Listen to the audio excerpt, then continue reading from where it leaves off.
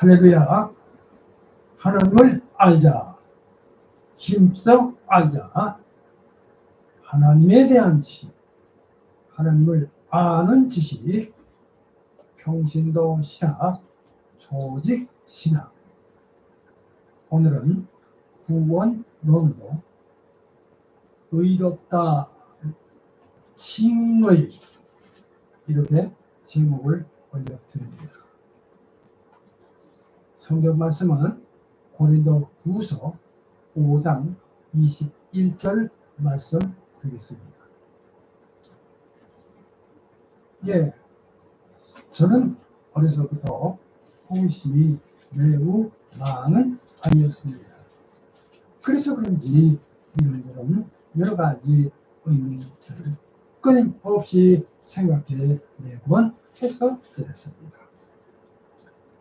자, 죄로 인하여 죄인의 타락한 인류에 대해서 의문이 들어 많은 생각을 하였습니다. 그러나 그 의문은 좀처럼 풀리지를 않고 저희의 뇌리에서 사라지지를 않고 자리를 잡았습니다.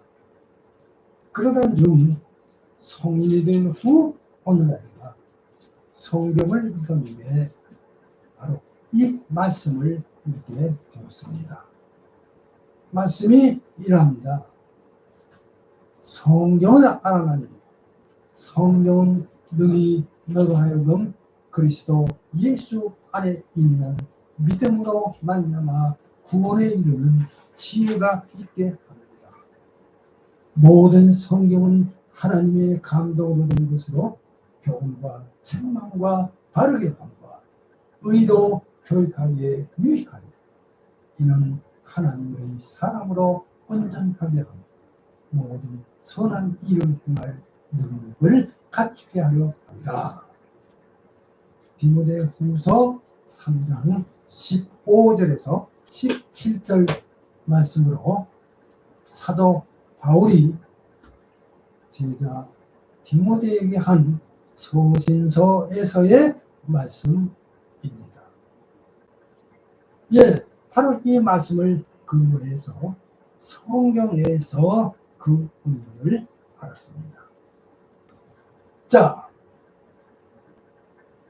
오늘은 기독교 믿음의 근간이라고 할 수 있는 조직신학에서 가르치는 조직신학 구원론, 하나님의 의롭다 하시는 칭의에 관한 진리를 알아봅니다.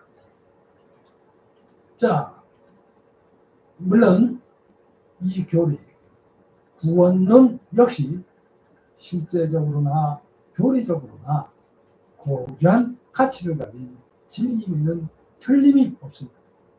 신구약 성경에 명백히 기초하고 있음도 물론입니다. 자, 그러므로 구원에 관한 이 교리 역시 성경 이외에 다른 사료에서는 배울 수가 없고 다만 신앙으로서만 받아들일 수 있음을 말씀드리면서 오늘의 말씀을 시작합니다. 자, 제가 배운 조직신학에서 구원론 하면 구원의 9단계라는 구원에 있어서의 소명, 중생, 회심, 신앙, 칭의, 양자, 성화, 견인, 영화, 이렇게 9가지가 생각납니다. 그래서 앞자 한 장씩만 떼어서 소, 중, 회, 신, 칭, 양, 성, 견, 영, 이렇게 한 줄로 쭉 외웠던 그런 생각이 납니다.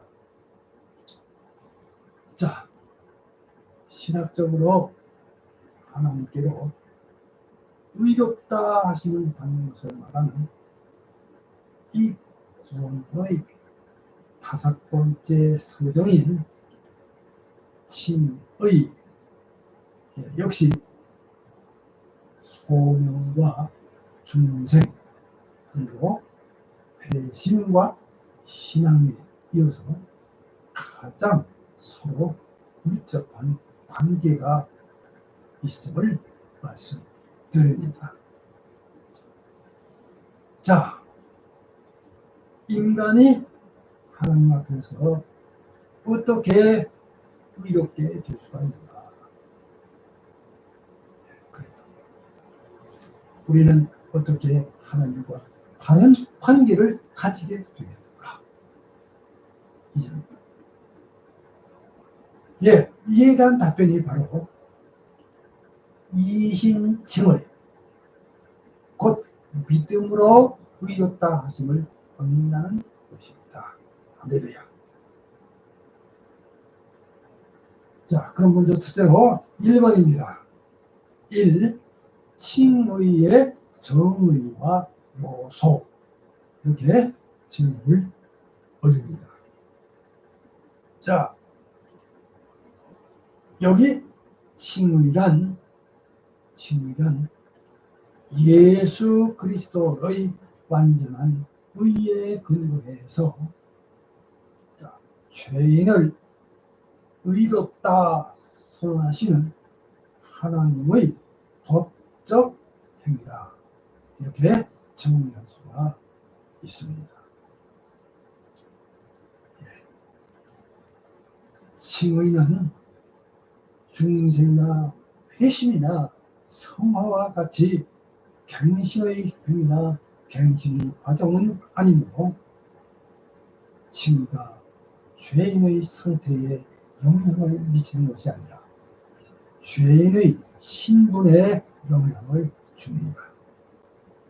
즉 사람을 의롭게 만들거나 선하게, 거룩하게, 정직하게 만드는 것을 의미하지는 않습니다.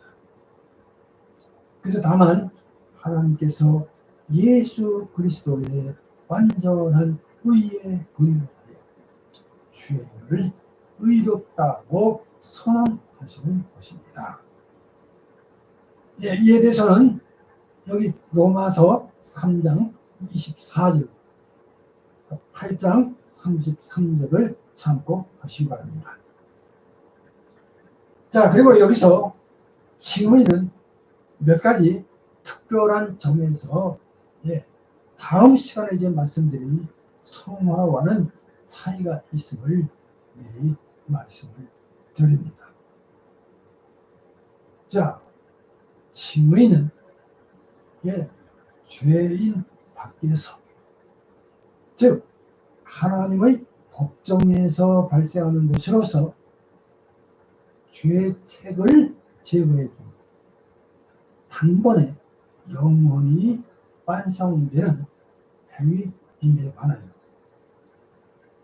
여기 성화는 인간 내부에서 일어나는 것으로 죄의 오염을 제거해 주면 계속적으로 일생을 거쳐 행해지는 과정이라고 말씀을 드리겠습니다.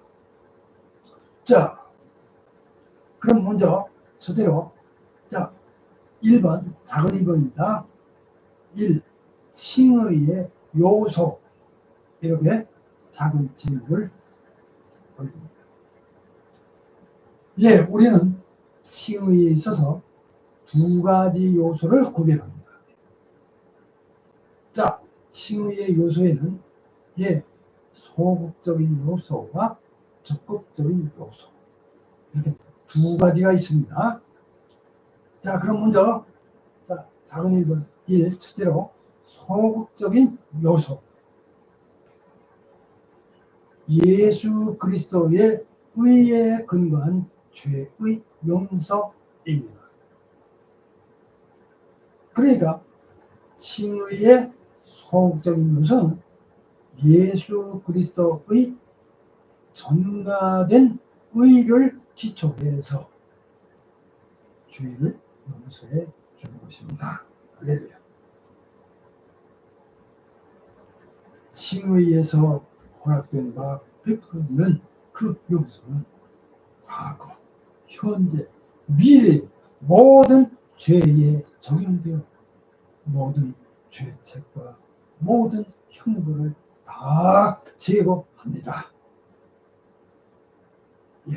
이에 적용되는 것이므로 반복을 인정치 않습니다. 이에 대해서 시편 103편 12절, 이사야서 44장 22절, 로마서 5장 21절, 8장 1절, 자, 그리고 이어서 32절에서 34절, 히브리서 10장 14절, 자, 이렇게 참고하시기 바랍니다. 예, 그렇다고 해서 자, 이 말은 우리가 죄의 용서를 위해 더 이상 기도할 필요가 없다는 것을 의미하는 것은 아닙니다. 왜냐하면 죄책의 인식이 그대로 남아있어 용서받지 못했다는 감정, 분리된 감정을 조장시키므로 사죄의 확신에 대한 위안을 반복적으로 요청할 필요가 있도록 하기 위함입니다. 자, 이에 대해서는 시편 25편 7절, 32편 5절, 51편 1절, 마태복음 6장 2절, 야고보서 5장 15절, 요한 1서 1장 9절 참조하시기 바랍니다. 예, 그 다음에 이어서 작은 두 번째입니다. 이 적극적인 요소, 하나님의 자녀로서 양자됨입니다. 칭의로 인해 하나님은 믿는 자들을 자녀로 삼으십니다. 그러니까 즉 하나님께서는 신자들을 자녀의 위치에 두시고 그들에게 영원한 상속권을 주며 자녀의 모든 권세를 부여하신다고 말할 수 있습니다. 로마서 8장 17절, 베드로전서 1장 4절 참조하시기 바랍니다. 예, 그러니까 칭의의 적극적인 요소는 그리스도의 능동적인 순종에 근거한 영생의 청구권이라고 말씀을 드립니다. 자, 그러니까 즉 하나님의 자녀가 되고 영생의 후계자가 되는 것을 말합니다. 할렐루야. 자, 신자들의 이러한 법적 아들들은 중생과 성화를 통한 도덕적 아들들과는 구별되어야 합니다. 이 둘 다 다음의 성구에서 잘 나타나 있습니다. 자, 요한복음 1장 12절, 3절, 로마서 8장 15절, 16절, 갈라디아서 4장 5절, 6절 이렇게 참고하시기 바랍니다. 자, 여기까지고요. 자, 이어서 두 번째입니다. 이 칭의의 근거와 방편, 이렇게 두 번째 제목을 올려드립니다. 자, 칭의의 근거 하면, 칭의의 근거는 인간의 미덕이나 선행이 결코 아닙니다. 인간의 미덕이나 선행은 이 세상에서 불완전하며 신자의 가장 최선의 행위이자 이미 죄에 의해 오염되어 있기 때문에 그렇습니다. 그러므로 칭의의 유일한 근거라고 하는 것은 바로 예수 그리스도의 의와 그의 순종하심입니다. 자, 로마서 5장 19절 하 참조하시기 바랍니다.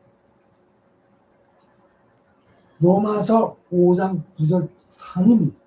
자, 한번 읽겠습니다. 로마서 5장 9절입니다.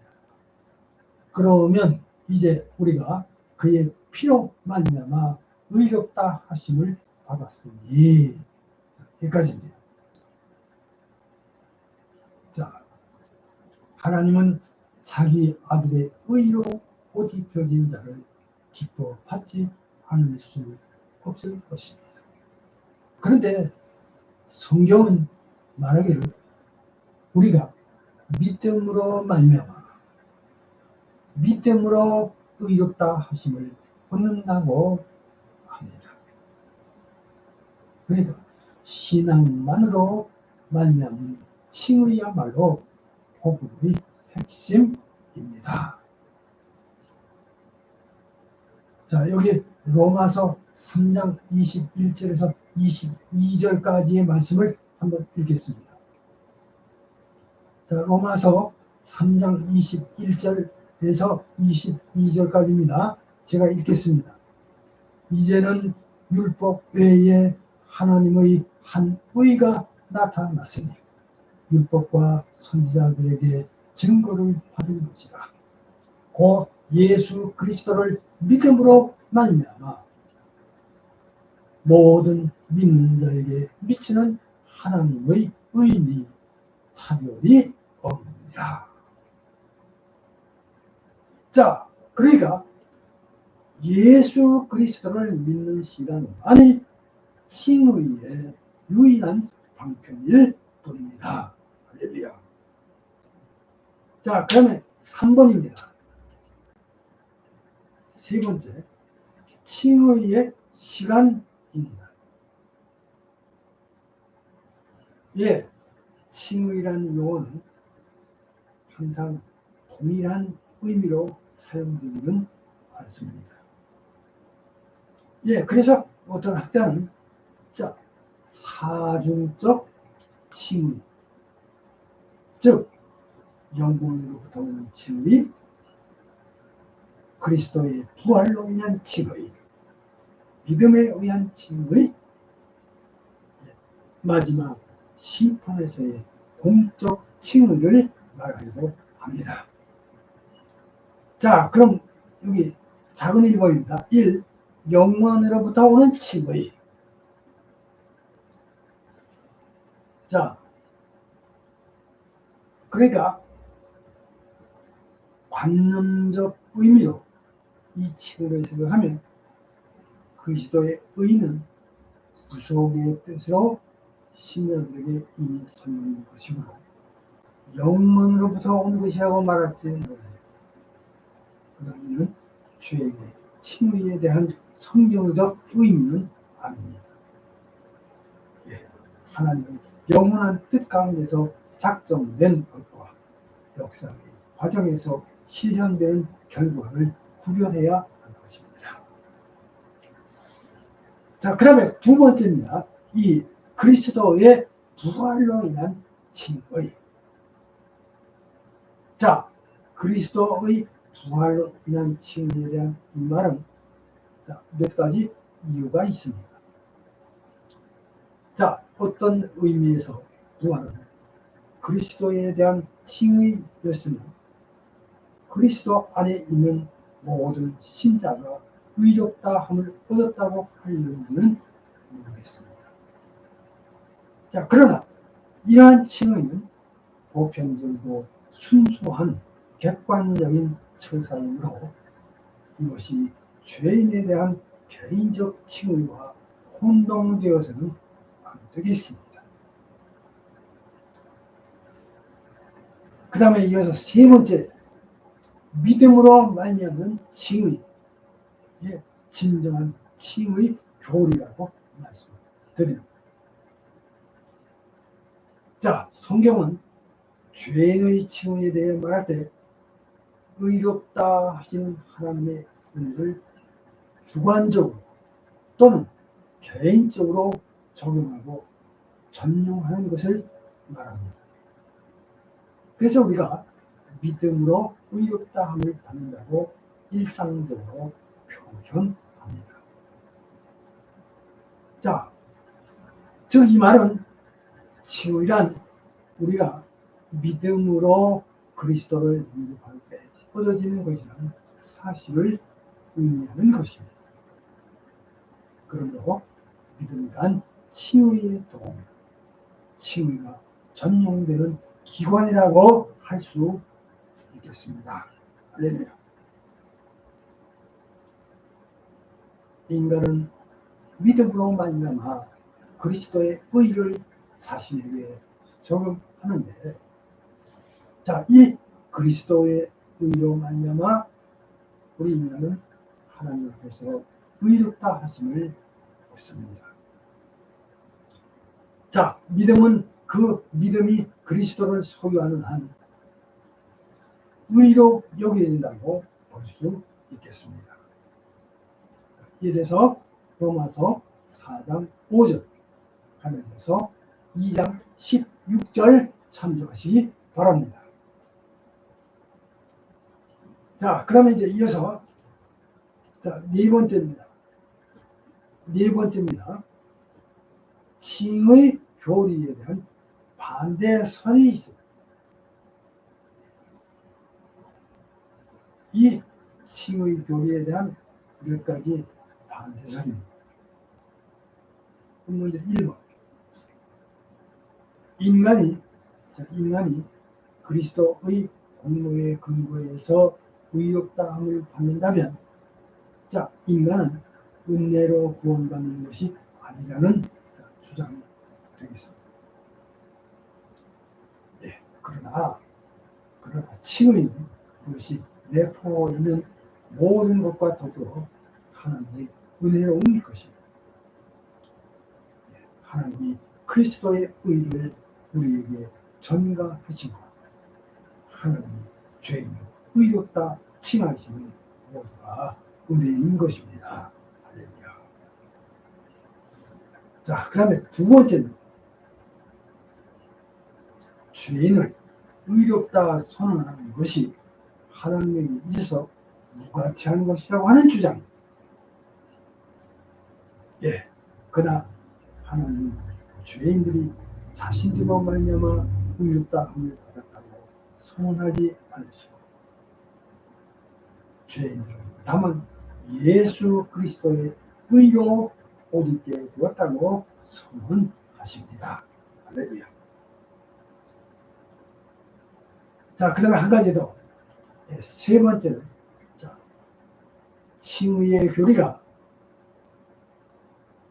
인간들로 도덕적 생활을 무관심하게 만들기 쉽다는 그런 주장입니다. 예.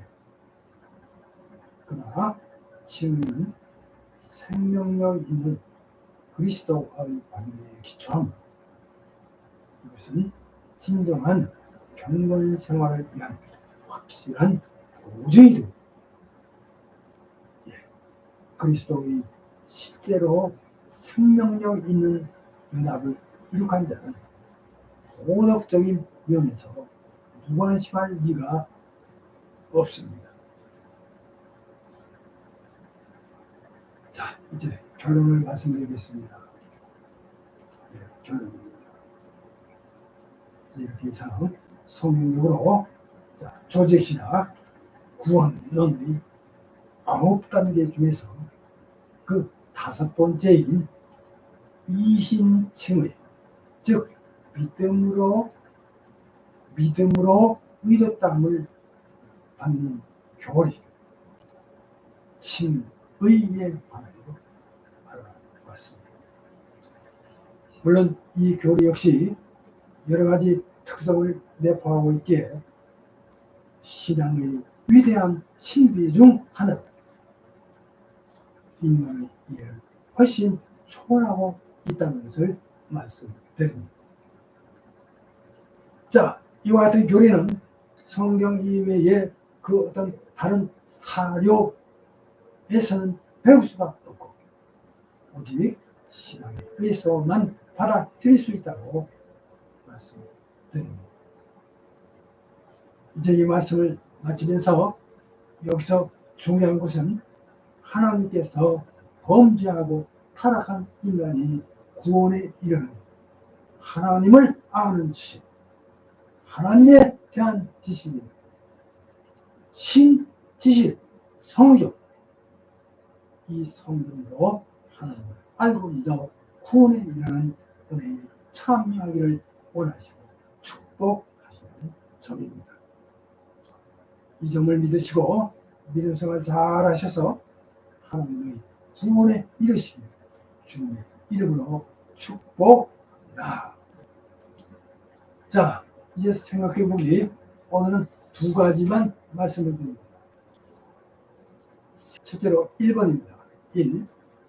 칭의의 비결이나 방법의 신구약 성경에서의 차이점을 생각해 보시기 바랍니다. 갈라디아서 3장 8절에서 9절, 로마서 4장 9절에서 10절, 또 11절, 창세기 15장 6절 참조하시기 바랍니다.